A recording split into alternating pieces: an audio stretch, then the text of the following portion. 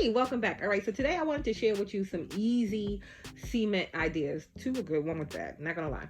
All right, so first I started out with this box from the Dollar Tree, and it was late. I was tired. I was trying to drill a hole with the screwdriver part. So get a drill bit. You can make the hole without the drill. You could just punch a hole in it with anything, whatever and stuff. But I did it with the drill bit, just a big enough size so I can put the string through when I was done. But like I said, you don't have to use a drill. And then I took the length that I wanted the hoop to be. I took 4 strands of this twine rope from the Dollar Tree also.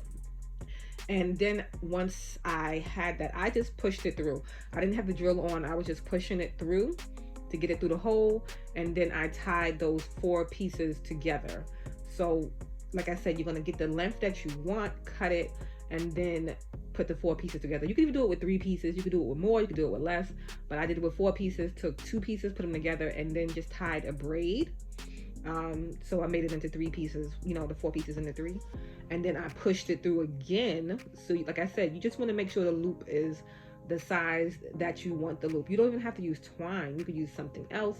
You could use a knob. You could do it different ways, but it's just something to give the little box a different element to it rather than just leaving it plain. Once I did that, then I just came in with the feather finish.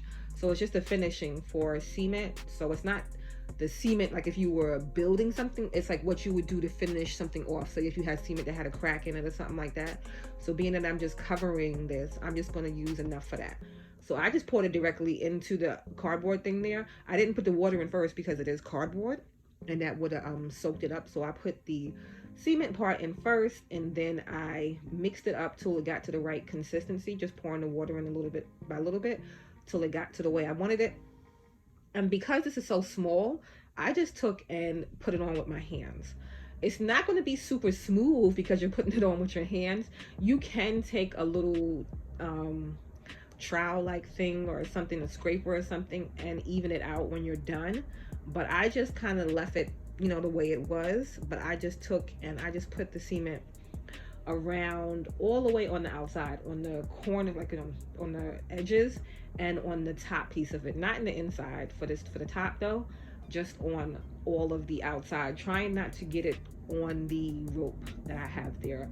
And then after I was done with the top piece, I just set that to dry, and then I took the rest from inside the thing and then just put it all along the outside and the inside of the thing that was left. You don't really need to put it in the inside unless you know, it's for opening. So if you want to open it, you can leave it in there. When it was still a little moist, I kind of tried to smooth out some of the texture in it, let it dry, and this is how it turned out. And I think it's super cute, and it's super cheap too. Let me know what you thought.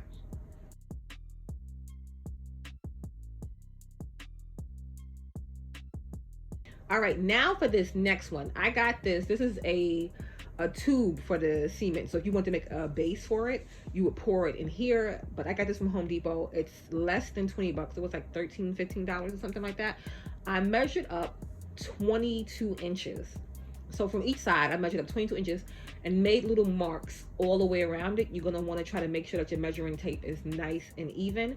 And then I just took a saw and cut into it around those marks. So if you make the marks all the way around, you'll be able to match them up as you cut so that it can try to get it as even as possible. When I was cutting it, they for some reason they weren't the same size when I was done. But then I have this table from the Five and Below, and I'm just going to use that table as a top. And I'm going to use the feather finish again. My original intention was to cover the whole thing, cover the tabletop and cover the base of it. But then after I was done, I did like the way it looked. So with the wood, so I didn't do that. But if you wanted to, you could do this and cover the whole thing, and then you'll have a whole little cement side table, which I think is a real nice high-end modern look. But I did like the way the wood looked on it. So all I'm doing is just, once I got the right consistency of the cement, just applying it to the outside, not the inside of the tube, so that I have full coverage all the way along the outside. And then you can, once you're done, you see, I'm just showing you, you can just even it out while it's nice and still wet. You're going to want to even it out, but you can do the whole thing first. But make sure whatever your consistency is that it's not too thick, because it will dry faster. So once I was done, I went along and I just evened out as much as I could. You can come back once it dries and apply another coat, sand in between, all of that. But if you want to just keep it real simple, you'll just even it out right after you're done applying it. And going across that way is the best way to do it rather than up and down. But you want to do that, and then I just place the top on top, and then you can adhere it with some type of glue or something, and then that's real simple. But like I said, if you wanted to, you can do the whole thing. This one, the cement was way thicker for some reason. It dried way faster, so I wasn't able to smooth it out. But you can just sand it, and then if you needed to apply another coat to get in the gaps. But this is how it turned out. Let me know, should I do another one and do it with the whole cement, or just leave it with the wood? Because I'm kind of in between right now, but let me know what you think.